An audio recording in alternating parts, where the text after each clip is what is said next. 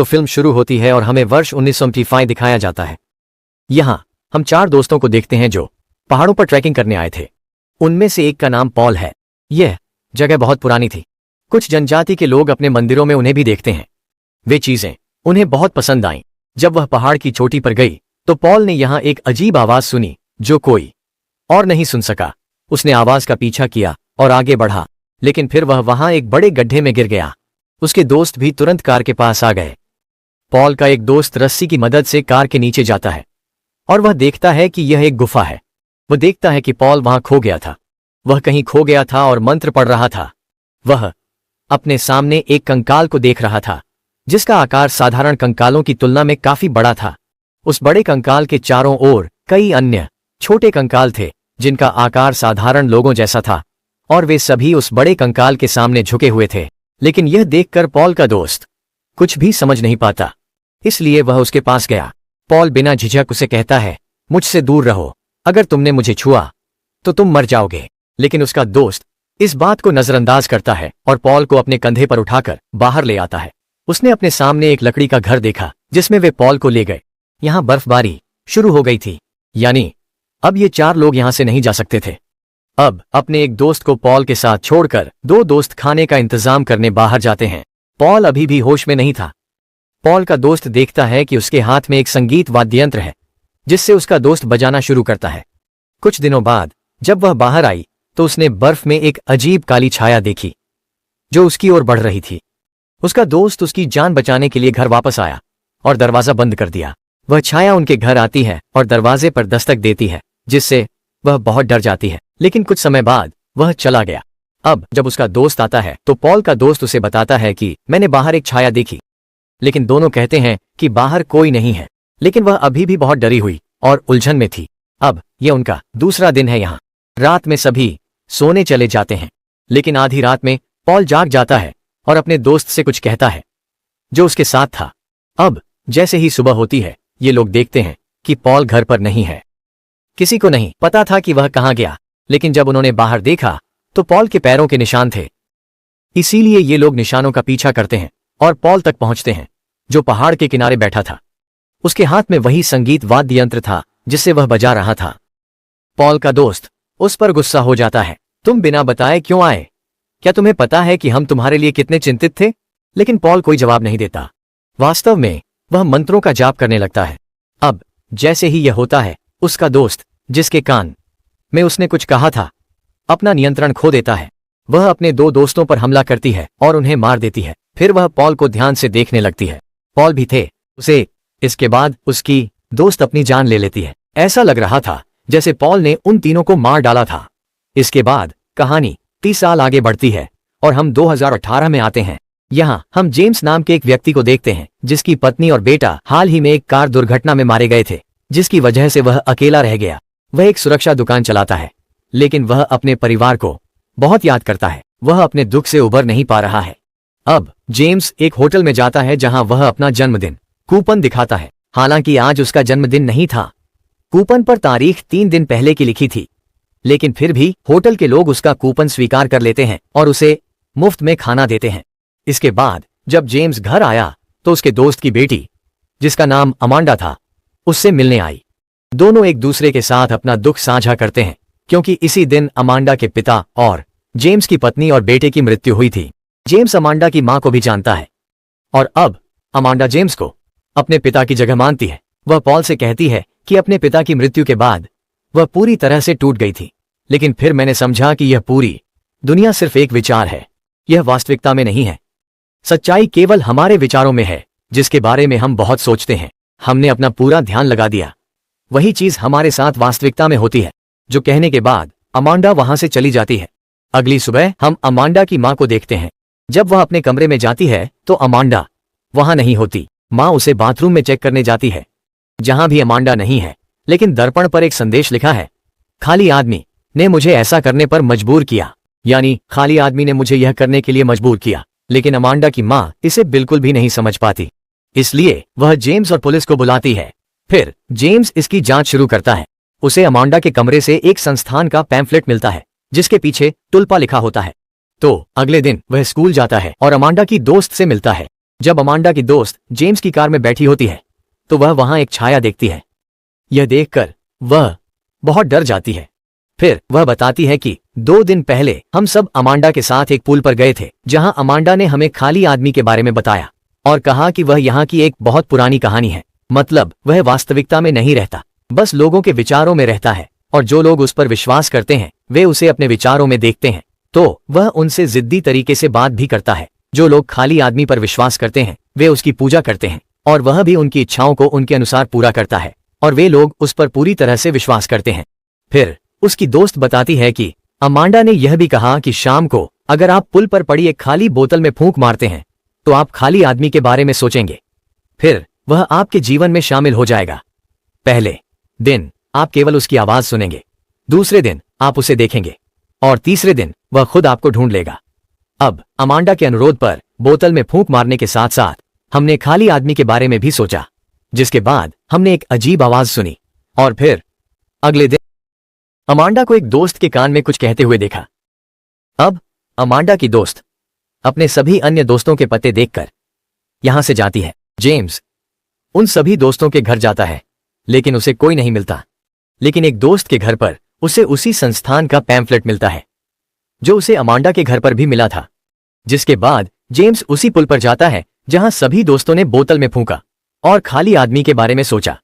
James को यहां एक खाली बोतल भी मिलती है पास, जिसमें वह भी फूंकता है और खाली आदमी के बारे में सोचता है। लेकिन जब वह जाने लगा तो उसे पुल के नीचे से कोई आवाज नहीं सुनाई दी।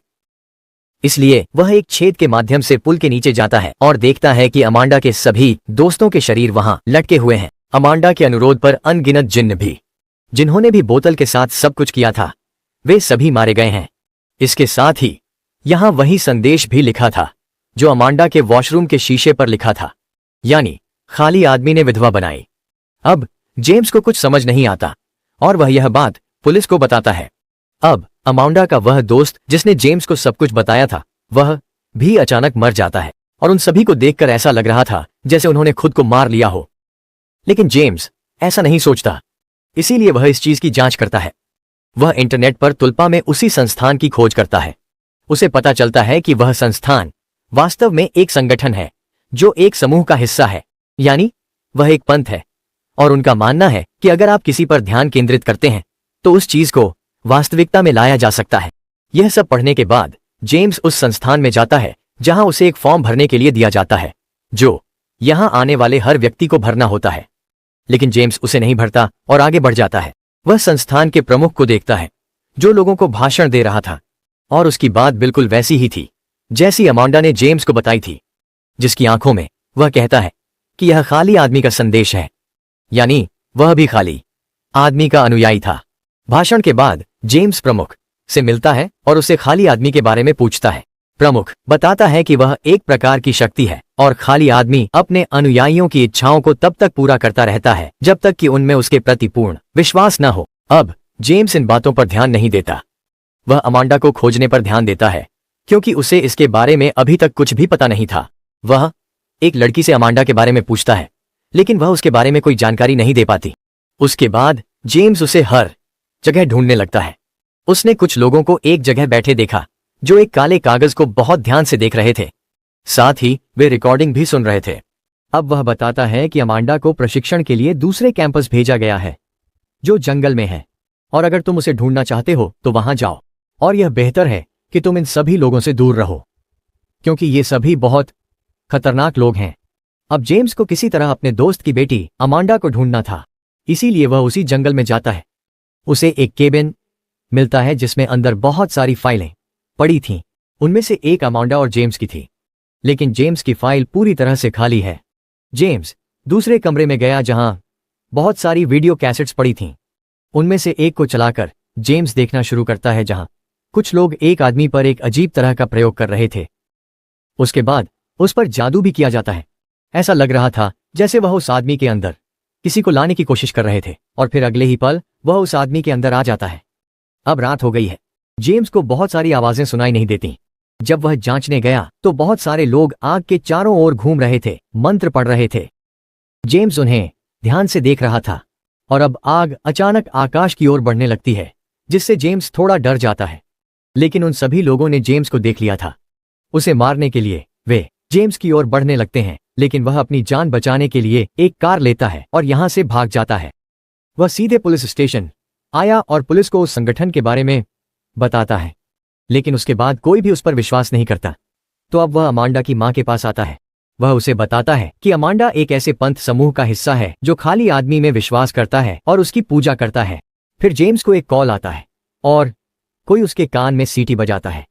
फोन काटने के बाद जेम्स अमांडा की मां को बताता है कि पंथ के लोग बहुत खतरनाक हैं। वे खाली आदमी के लिए कुछ भी कर सकते हैं और उन्होंने उन सभी बच्चों को मार डाला। आपकी जिंदगी भी खतरे में है, इसलिए मैं आपको एक सुरक्षित जगह ले जाना चाहता हूं। यह कहते हुए जेम्स उसे अपने साथ ले गया। असल में ये दोनों एक दूसरे से प्यार करते थे, लेकिन कभी बताया नहीं। जेम्स उसे एक होटल में छोड़ता है और कहता है, तुम यहां रुको, तुम यहां सुरक्षित रह सकती हो। अब जब जेम्स रात में सो रहा था तो डर के कारण उसकी आंखें खुल गईं। वह देखता है कि एक छाया मेरी ओर आ रही है। जेम्स उसे मारने की कोशिश करता है, लेकिन छाया वहां से गायब हो गई थी। अगले दिन जेम्स फिर से संस्थान के बाहर पहुंचता है। उसने देखा कि वह लड़का जिसने उसे अमांडा के बारे में बताया था, वह कुछ लोगों के साथ कहीं जा रहा है। जेम्स उनका पीछा करता है। वे लोग एक अस्पताल में पहुंचते हैं। फिर जेम्स उनके पीछे अंदर जाता है। वह देखता है कि वे सभी लोग एक आदमी के सामने झुके हुए हैं जो बिस्तर पर लेटा है और कई वर्षों से कोमा में है। जेम्स को कुछ भी समझ नहीं आता। तो जब वह लड़का बाहर आता है तब जेम्स उसे पकड़ लेता है। वह उसे बुरी तरह से मारता है और पूछता है, तुमने मुझे जंगल में क्यों भेजा? फिर लड़का बताता है कि मेरे समूह ने मुझे ऐसा करने को कहा था कि तुम उस जंगल में जाओ। जेम्स बिस्तर पर लेटे हुए आदमी के बारे में पूछता है। फिर लड़का बताता है कि खाली आदमी हमसे उस आदमी के माध्यम से बात करता है, लेकिन जेम्स को कुछ भी समझ नहीं आता। इसलिए अगले दिन वह संस्थान वापस आया। अब वह उस जगह जाता है जहां सभी फाइलें रखी हुई थीं। वहां उसे फाइल नंबर 14 मिलती है जो सबसे अलग थी।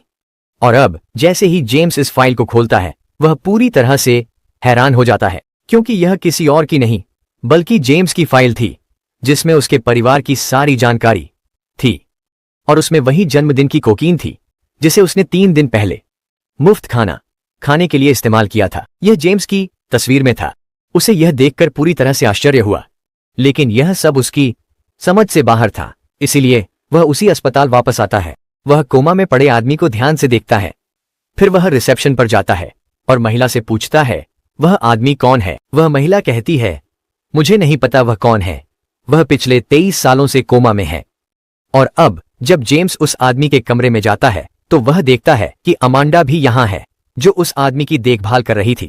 जेम्स उससे पूछता है कि यह आदमी कौन है। अमांडा कहती है कि खाली आदमी हर 500 साल में अपने लिए एक व्यक्ति चुनता है जिसके माध्यम से खाली आदमी हमसे बात करता है, और पिछले 23 सालों से खाली आदमी हमसे उसके माध्यम से बात कर रहा है, क्योंकि यह भी उसकी पसंद है। इस आदमी पर 23 साल पहले खाली आदमी का कब्जा हो गया था और वह उसके नियंत्रण में था, और तब से यह हमारी खाली आदमी के साथ संचार है। जेम्स अब अमांडा की मां को फोन करता है, लेकिन वह हैरान होती है। वह उसे पहचानने से इनकार कर देती है। अब हमें पता चलता है कि यह कोमा में पड़ा आदमी वास्तव में पॉल है, जिसे हमने फिल्म की शुरुआत में देखा था, जो अपने 3 दोस्तों के साथ हाइकिंग पर आया था।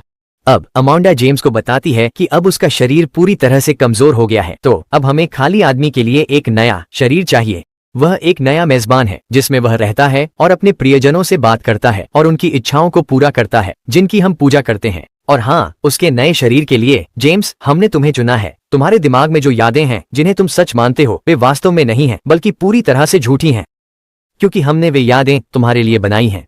ऐसा कुछ भी तुम्हारे साथ कभी नहीं हुआ, क्योंकि हमने तुम्हारी जिंदगी भी बनाई है। कह सकते हैं कि हमने तुम्हारे जेम्स किरदार को पूरी तरह से खाली आदमी के लिए बनाया है। इसीलिए मेरी मां ने तुम्हें नहीं पहचाना, क्योंकि वह तुम्हें नहीं जानती। तुमने कभी उसके साथ समय नहीं बिताया, और जो तुमने सोचा कि मेरी मां और तुम एक दूसरे से प्यार करते हो, वह याद मैंने तुम्हारे दिमाग में बनाई। क्योंकि खाली आदमी के नए मेजबान में ऐसे भावनाएं होती हैं जैसे डर और शर्म। ऐसी चीजें बहुत जरूरी होती हैं, क्योंकि वह शरीर खाली आदमी के लिए परफेक्ट होता है जिसमें खाली आदमी फिट हो सकता है, क्योंकि ये भावनाएं उस व्यक्ति को मजबूत बनाती हैं। इसीलिए वह व्यक्ति खाली आदमी को सहन कर सकता है, और ऐसे शरीर को तुल्पा कहा जाता है। और अब तुम हमारे नए तुल्पा हो। और अब जेम्स को कष्ट होने लगता है।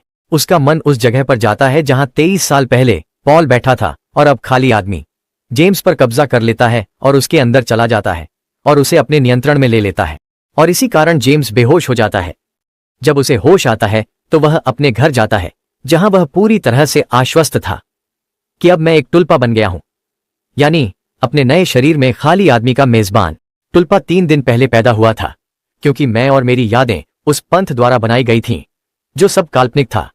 उन्होंने मेरे मन में एक विचार डाला ताकि मेरा शरीर खाली आदमी के लिए सक्षम हो सके, और जब मैं टुल्पा बन गया तब खाली आदमी अंततः मुझ में प्रवेश कर गया।